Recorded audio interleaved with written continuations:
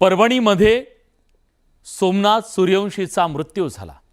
सोमनाथ सूर्यवंशीच्या मृत्यूच्या नंतर त्याला न्याय हवाय याच्यासाठी आवाज उठला, पण 1 महिना झाला सोमनाथ सूर्यवंशीला न्याय मिळू शकलेला नाहीये। सुरुवातीला सांगितलं गेलं की सोमनाथ सूर्यवंशीचा मृत्यू हा खरं तर हृदयविकाराने झालेला आहे। त्याच्यानंतर समोर आलं की त्याला श्वसनाचा विकार होता आणि म्हणून त्याचा मृत्यू झालेला आहे।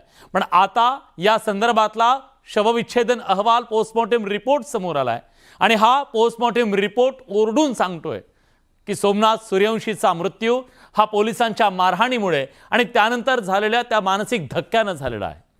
पण इतकं सगळं होऊन सुद्धा 1 महिन्यानंतर सोमनाथ सूर्यवंशीला ज्यांनी मारहाण केली, ज्या पोलिसांनी बळाचा अतिरेक केला, बळाचा अतिरिक्त वापर केला, त्यांच्यावर कारवाई कधी होणार हा सवाल आहे। आज जेव्हा याचा पोस्टमॉर्टम रिपोर्ट समोर आला त्यानंतर प्रकाश आंबेडकरांनी सरकारला धारेवर धरलं। त्याचबरोबर आपल्या लेकाच्या बळी हा पोलिसांच्या मारहाणीत गेलाय, मणका तुटेस्तोर त्याला मारलं गेलंय हे जेव्हा त्या माऊलीला कळलं तेव्हापासून या माऊलीनं धरणे माय तिला जागा देत नाहीये, ती धरणीला खिळून आहे। आज त्यांना हॉस्पिटलमध्ये ॲडमिट करावं लागलं। त्या आईचा आक्रोश आहे, माझ्या लेकाला न्याय द्या। सोमनाथ सूर्यवंशीचा मृत्यू पोलिसांच्या मारहाणीत त्याचा मृत्यू झालेला अशी बातमी वाचली सकाळी। मृत्यू श्वसन विकारामुळे नाही तर मारहाणीमुळे। बेदम मारल्यात आणि पाठीचे मणक्याचे हाडं तुटूजीपर्यंत त्या लोकांनी मारल्यात, पोलीस लोकांनी। शवविच्छेदन अहवालातून धक्कादायक माहिती। कोमिंग ऑपरेशन पोलिसाला करण्याचा अधिकार नाही। प्रकाश आंबेडकरांनी सरकारला घेरलं।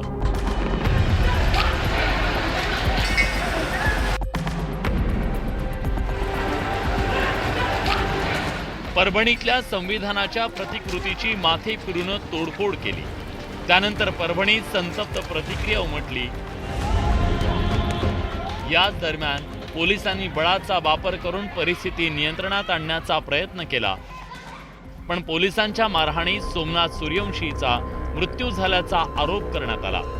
सरकारनं तो फेटाळून लावत श्वसन विकाराचं कारण सांगितलं, पण आता शवविच्छेदन अहवालातून मृत्यू मारहाणीमुळेच झाल्याचं समोर आल्यानंतर प्रकाश आंबेडकरांनी सरकारला घेरलंय।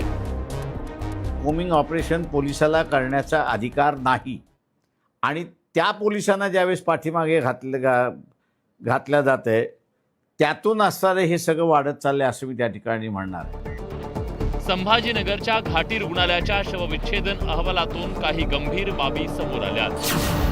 सोमनाथच्या मानेवर व्रण होते, पाठीवर जखमा होत्या, स्पाईनला दुखापत झाली, कमरेवर जखमा होत्या, पोटरीवरही जखमा होत्या। जबर मारहाणीमुळे त्याला मानसिक धक्का बसला। मानसिक धक्क्यानंतर सोमनाथचा मृत्यू झाला। सोमनाथचा मृत्यू पोलिसांच्या मारहाणीत झाला ही बाब कुटुंबियांना कळताच सोमनाथच्या आईला मानसिक धक्का बसला। त्यांना तातडीनं रुग्णालयात दाखल करण्यात आलं। दरम्यान कुटुंबियांनी दोषी पोलिसांवर कारवाईची मागणी केली आहे। पोलिसांनी माझ्या मुलाला मारहाण केल्या, बेदम मारल्यात आणि पाठीचे मणक्याचे हाडं तुटूजीपर्यंत त्या लोकांनी मारल्यात, पोलीस लोकांनी। त्यांना लवकरात लवकर त्यांना फाशीची सजा व्हायला पाहिजे। आता 1.5 महिना गेला उलटून, आता नाही जाऊ देणार पुढे।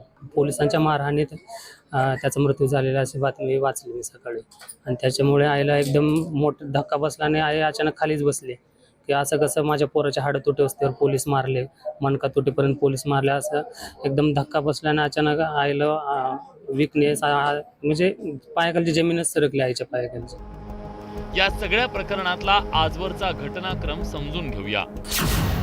10 डिसेंबरला संविधान प्रतिकृतीची माथी फिरूकडून तोडफोड करण्यात आली। 11 डिसेंबरला परभणी बंद दरम्यान दंगल उसळली। 12 डिसेंबरला दंगलीच्या संशयावरून सोमनाथला अटक झाली, कोठडीत मारहाणीचा आरोप झाला। 13 डिसेंबरला सोमनाथवर गंभीर कलमान्वये गुन्हे दाखल करण्यात आले। 14 डिसेंबरला सोमनाथची रवानगी परभणीच्या कारागृहात करण्यात आली, तर 15 डिसेंबरला परभणी कारागृहात सोमनाथचा मृत्यू झाला। सोमनाथ सूर्यवंशीला न्याय मिळवून देण्यासाठी तिकडे परभणीतून मुंबईच्या दिशेनं लॉंग मार्च निघालाय। शवविच्छेदन अहवालानंतर आता दोषींवर कठोर कारवाई केली जाते का हे पाहणं महत्त्वाचं आहे. Bureau report, news 18 Lokmat.